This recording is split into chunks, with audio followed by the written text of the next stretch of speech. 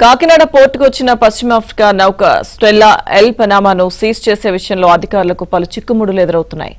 నౌకలో ration బియ్యం ఉన్నందున దాన్ని సీజ్ చేయాలని డిప్యూటీ సీఎం పవన్ కళ్యాణ్ అధికారులను ఆదేశించారు. అయితే ఇప్పుడు ఈ వ్యవహారంపై అధికారులు మల్లగుల్లాలు పడుతున్నారు.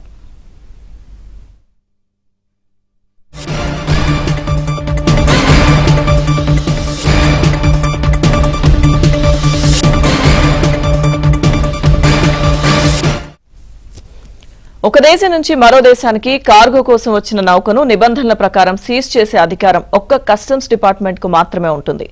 అది కూడా ఆ నౌకలో స్మగ్లింగ్ వస్తువులు గుర్తిస్తే కేసు నమోదు చేసి కొన్ని రోజులు నిలిపివేస్తారు. అయితే కాకినాడ యాంకరేజ్ పోర్టుకు వచ్చిన నౌకలో లోడైన రేషన్ బియ్యం స్మగ్లింగ్ కిందకు రాదని పోర్టు అధికారులు చెబుతున్నారు. కస్టమ్స్ చట్టం ప్రకారం రేషన్ బియ్యం స్మగ్లింగ్ జాబితాలో లేదంటున్నారు.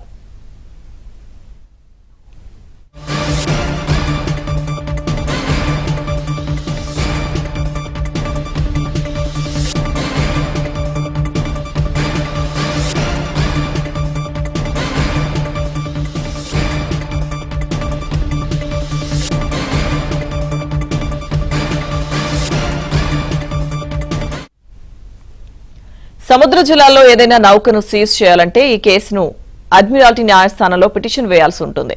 మన రాష్ట్రంలో ఇది అమరావతిలోని హైకోర్టు పరిధిలోకి వస్తుంది.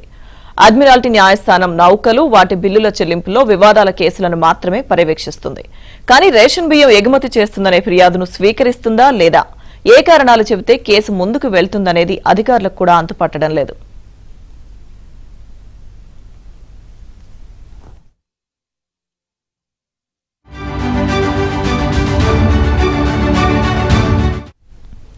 పైగా బియ్యం స్మగ్లింగ్ పై ఇంతవరకు దేశంలో ఏ అడ్మిరాల్టీ న్యాయస్థానంలోనూ కేసు నమోదు కాలేదు.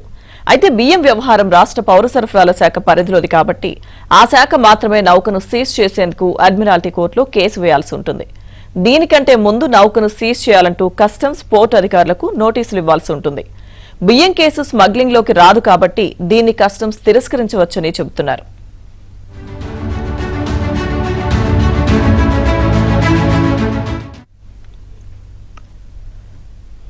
నౌకను తాత్కాలికంగా ఆపగలిగే అవకాశం ఉన్నా సర్టిఫికెట్ ఇవ్వకుండా చూడాలని కాకినాడ యాంకరేజ్ పోర్టు అధికారులు భావిస్తున్నారు. పోర్టుకు నౌక వచ్చినందుకు తమకు ఛార్జీలు చెల్లించేశారని, బాకీలు లేవని పేర్కొంటూ పోర్టు అధికారులు సంబంధిత నౌకకు నిబంధనల ప్రకారం నో డ్యూ ధృవీకరణ పత్రం ఇవ్వాలి. దీన్ని షిప్పింగ్ ఏజెంట్లు కస్టమ్స్ అధికారులకు పంపితే అన్ని పరిశీలించి నౌక కదలడానికి ఆదేశాలు జారీ చేస్తారు. అయితే నౌకకు సంబంధించి షిప్పింగ్ ఏజెంట్లు పోర్టుకు ఛార్జీలు చెల్లించేస్తే నో డ్యూ సర్టిఫికెట్ ఆపకుండా ఉండడం సాధ్యం కాదని చెబుతున్నారు. అయినా తాత్కాలికంగా ఈ సర్టిఫికెట్ ఇవ్వకుండా ఆపాలని అధికారులు నిర్ణయించారు. ఇక మరోపక్క స్టెల్లా నౌకలో 52,000 మెట్రిక్ టన్నుల బియ్యం ఎగుమతికి గాను 38,000 మెట్రిక్ టన్నులు లోడైంది. ఈలోగా రావడంతో సముద్రం అల్లకల్లోలంగా మారింది. ఇక పోర్టులో బియ్యం ఎగుమతులను తాత్కాలికంగా నిలిపివేశారు. ఈలోపు రేషన్ బియ్యం వ్యవహారం వెలుగులోకి వచ్చింది. సముద్రంలో ఈదురుగాలులు, అలల తీవ్రత అధికంగా ఉండడంతో మరికొన్ని రోజులు బియ్యం లోడింగ్ జరిగే అవకాశం లేదు. ఆలోగా ఏం చేయాలనేది పౌర సరఫరాల శాఖ ఆదేశాలను బట్టి అధికారులు నిర్ణయం తీసుకోనున్నారు.